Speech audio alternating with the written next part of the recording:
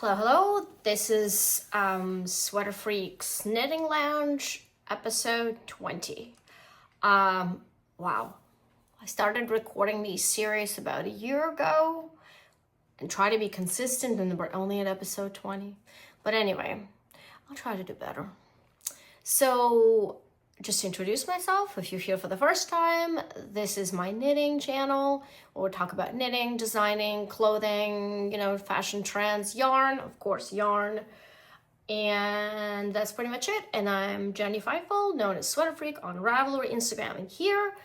And yeah, so if you're a repeat watcher, thanks for coming back. If you're new to the channel, welcome, and I hope you like it.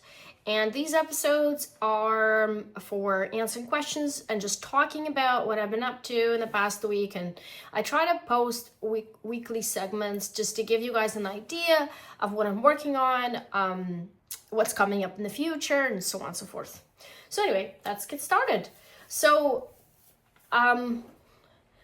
you'd think it's summer, but it's actually, I live in the Pacific Northwest, so today, every day brings different weather, and today is kind of rainy. It's 12 degrees Celsius. I'm in Canada, so I think about Celsius, sorry. And it doesn't feel awfully summery, but that's kind of deceptive because we get these weird weather trends where the next day it'll be like way hotter at 25 and so on and so forth. So I just do my thing and knit whatever, but today's episode is about Raglan tees, and because a couple of questions I got were about Raglan construction, so we're going to talk about that.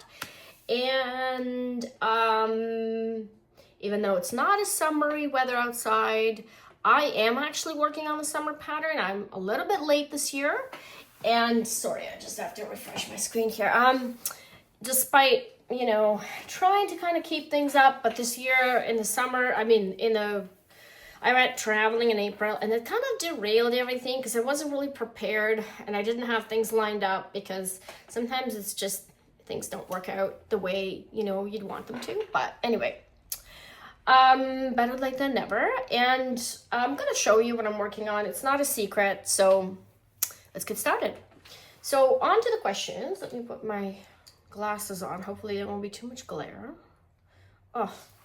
So the first question I got was actually about storing linen t-shirts. And linen blend or summer blend fabrics, kind of like linen and cotton and all these fabrics that tend to crease easily. So especially linen tends to crease easily. It's almost impossible to have a linen garment, even store-bought or homemade or whatever, to be like perfect. In the store, they'll steam it, and obviously when you're ironing or steaming, you put it up super high. Like the linen setting is usually super high, and it's a very durable fabric that can withstand high temperatures. Now, unfortunately, due to its structure, like say you have like linen pants or linen shorts, that I see a lot of those in the stores these days, when you sit down, you get creases right away. You get wrinkles and creases, and this just kind of comes with the territory. But when you put it on, you kind of want it to look nice in the beginning. And so you can't really store it folded like, wool garments that tend to have they kind of loosen up easier. So what I do is I just duke out my summer clothes. I rotate my clothes because I don't have a lot of storage in my closet. I actually have a super tiny closet, and we share it with my husband, so we don't really have a lot of room. But so I rotate, and I put my winter stuff in the storage. And now by the way, if you wanted me to do an episode about organizing clothes for seasonal storage, let me know, because that is something I think I'm excelling at, considering the lack of space. Maybe I'm just complimenting myself. Anyway, so what I do is I roll them up. So this is my Arrow tee, and it's rolled up, and when I unroll it, it's basically crease free, and I don't need to do anything. Like I don't need to iron it before I put it on. I can just put it on and off I go, right? Now, the kind of bad thing about this method is it takes a lot of room. Like you roll it up like this, and it's not flat, obviously, and it's so you don't want it to kind of roll away or something, so I just go like this, and I just put it on the shelf like this. So I've got, now that I have a bunch of these t-shirts, it sort of starts to take a toll, right? So a lot of the stuff I make for the summer is linen, this is, I haven't worked with this in the past couple of years because I'm really liking the line of linen, you know, from Santa's Garn for faster knit. This is fingering weight, and this is, I knit Lithuanian linen double. So basically what I did is I took a double and it knit up to 24 stitches and then 4 inches, and it's good, but it's definitely a lighter weight t-shirt. But most of the things I make are linen, and it works. I really love linen. I like how it gives it, there's a little bit of sheen, there's a little bit of that upscale, you know, you think cotton versus linen. Linen always looks dressier and more polished, even with a casual garment. It just has a little bit of extra sheen to it. Anyway, I'll just roll this back up. And yeah, so hopefully, you know, that answers your question, and hopefully you can use this method in your summer top storage. I'm gonna roll this back up and put that back. Now, the next question is really interesting, is what are the biggest advantages of knitting a top down with Raglan shaping, especially when it comes to fit and customization?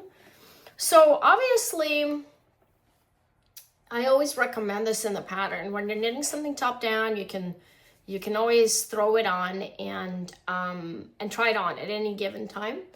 I don't have it here. I've seen those for sale, those tube thingies that you kind of like, you put your needle tips in there and you slide the stitches, and then you can try that on. I bought these. I don't really like them.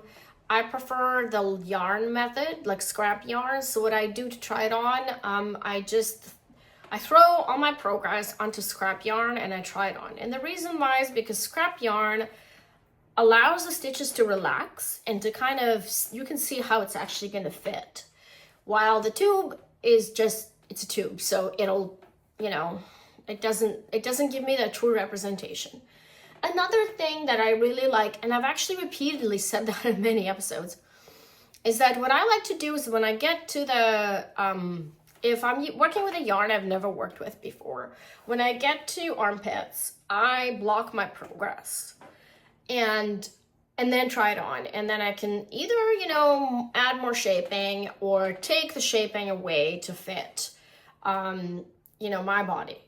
Now, obviously, with raglan construction, like what is raglan is when you cast on for front, back, and sleeves, following a certain formula, and then you add 2 stitches per sleeve, 2 stitches per front, 2 stitches per sleeve, and per back every other round. That's a classic raglan.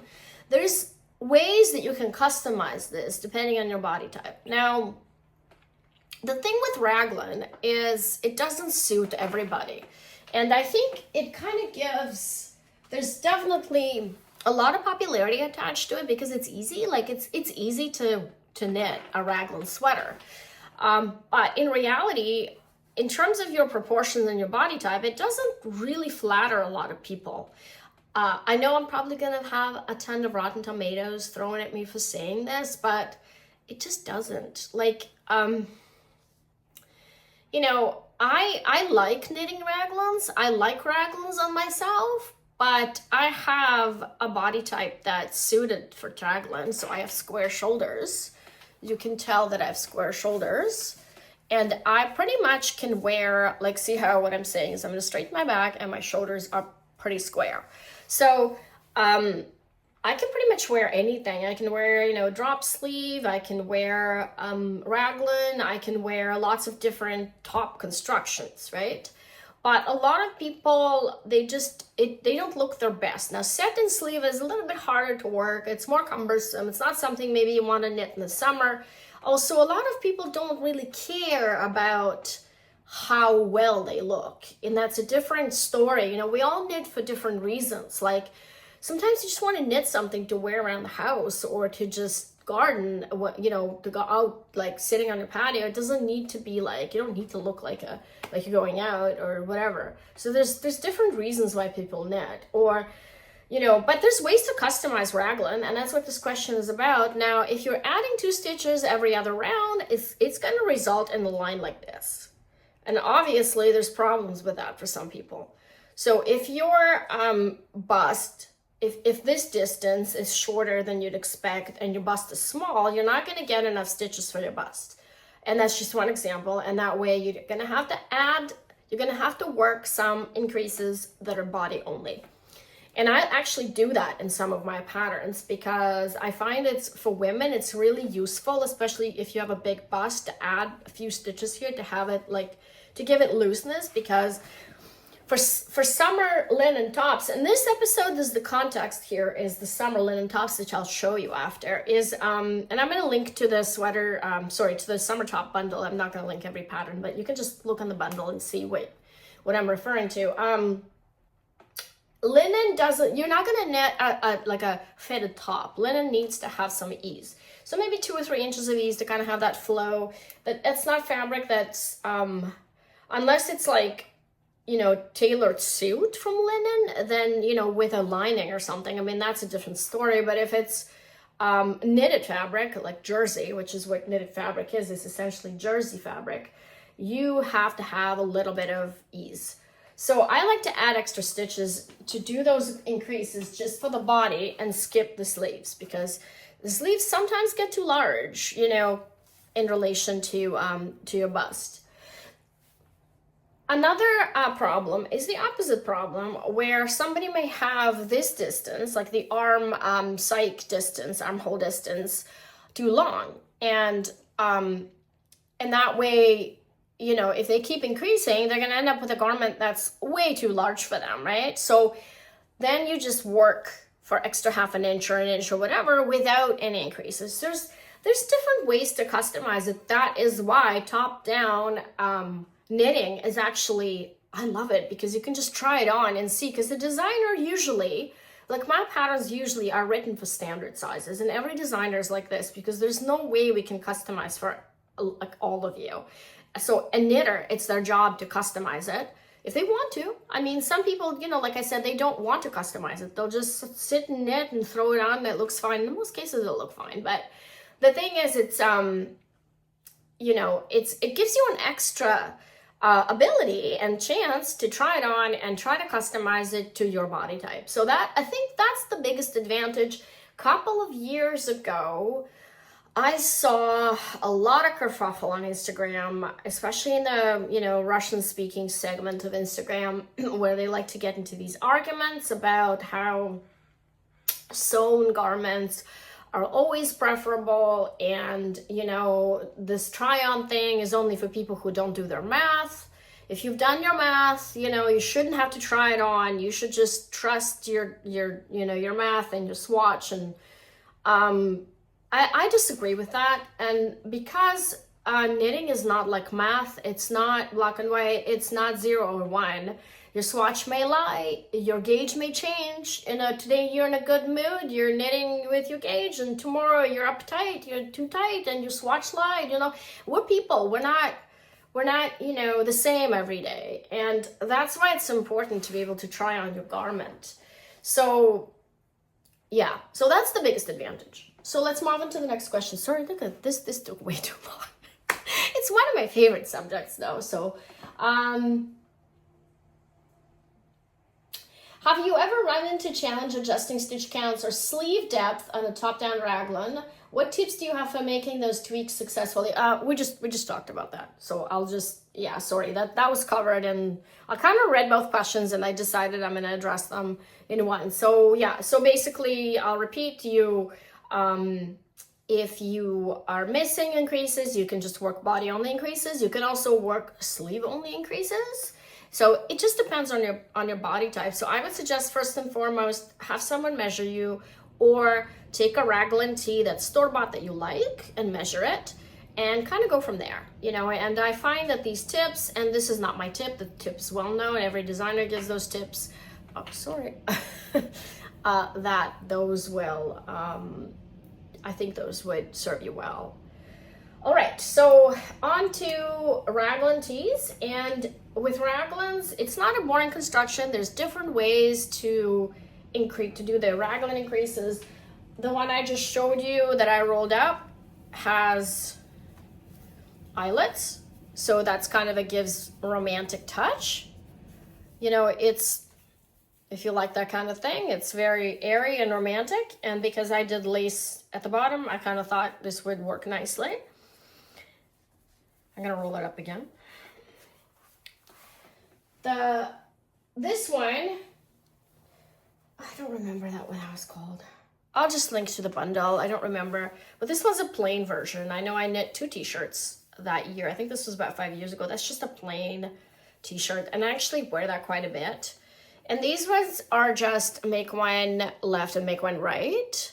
So very polished, and this is almost store-bought as far as I'm concerned. Like, this is very, and it's a scoop neck. I love scoop necks. I think that I like boat necks too, but I find for most people it's just not it's not, they don't like it. They get the extra fabric at your neck. I mean, do comment if you like a boat neck. I'm seeing a lot of boat necks in the stores these days. I think they're on trend. I just went downtown with my girlfriend, and I went to H&M and Zara and all these stores, and it was just interesting to see the trends, and I'm seeing a ton of boat necks. But in the knitting world, I don't know. Tell me, do you like boat necks? Do you don't like boat necks? I buy stuff with boat necks, but I don't really knit tops with boat necks. This is the same pattern, but with, I think it's called Flower Street. Yeah, Flower Street tee. So this just has a little bit of that. It's not really a true lace. It's a drop stitch Indian stitch, I think it's called. And I'm using it in a bunch of different patterns. And this one is the same thing, but just with, there's an optional lace at the bottom. So both versions are included. Again, all of the tees I've just shown you are knit with Lithuanian linen doubled. Or you could get, like the one I knit here in 2019, which is Rancho Relaxo. This yarn is now produced by Lofty Fiber, and that's a sport weight linen Euroflax, which is discontinued, but it's being bought by your Lofty Fiber, and so you could get that. I like, again, drop stitch chevron. I just love it. And this pattern is my go-to. This tee is my go-to for, it's a little bit on the bigger side, but it's super nice and different, you know. So again, I'll link to the bundle. And here I have used a different way to increase, I think. Let me just see. Yeah, it's different, but I don't remember. It might be, yeah, it's slightly different. I don't remember what I did.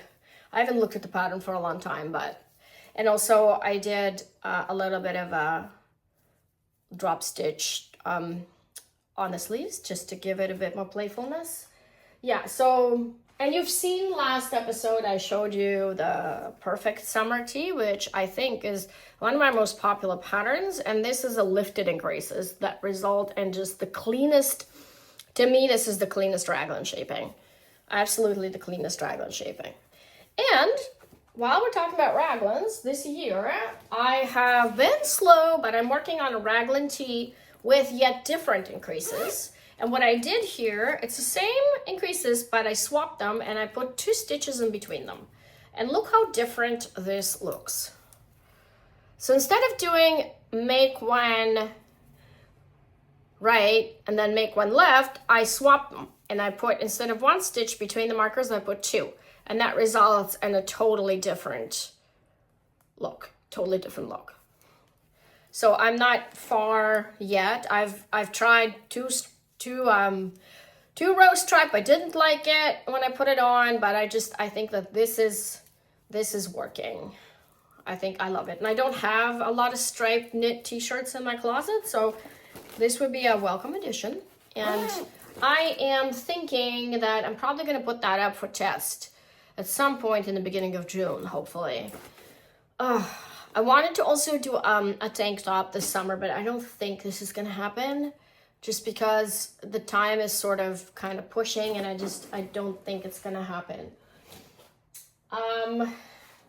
Yeah, And my mosaic shawl, I'm still working on it. My testers are done. I'm still working on it. This just last month has been crazy, and with gardening and house and just in general. So I'm pushing the release by a week.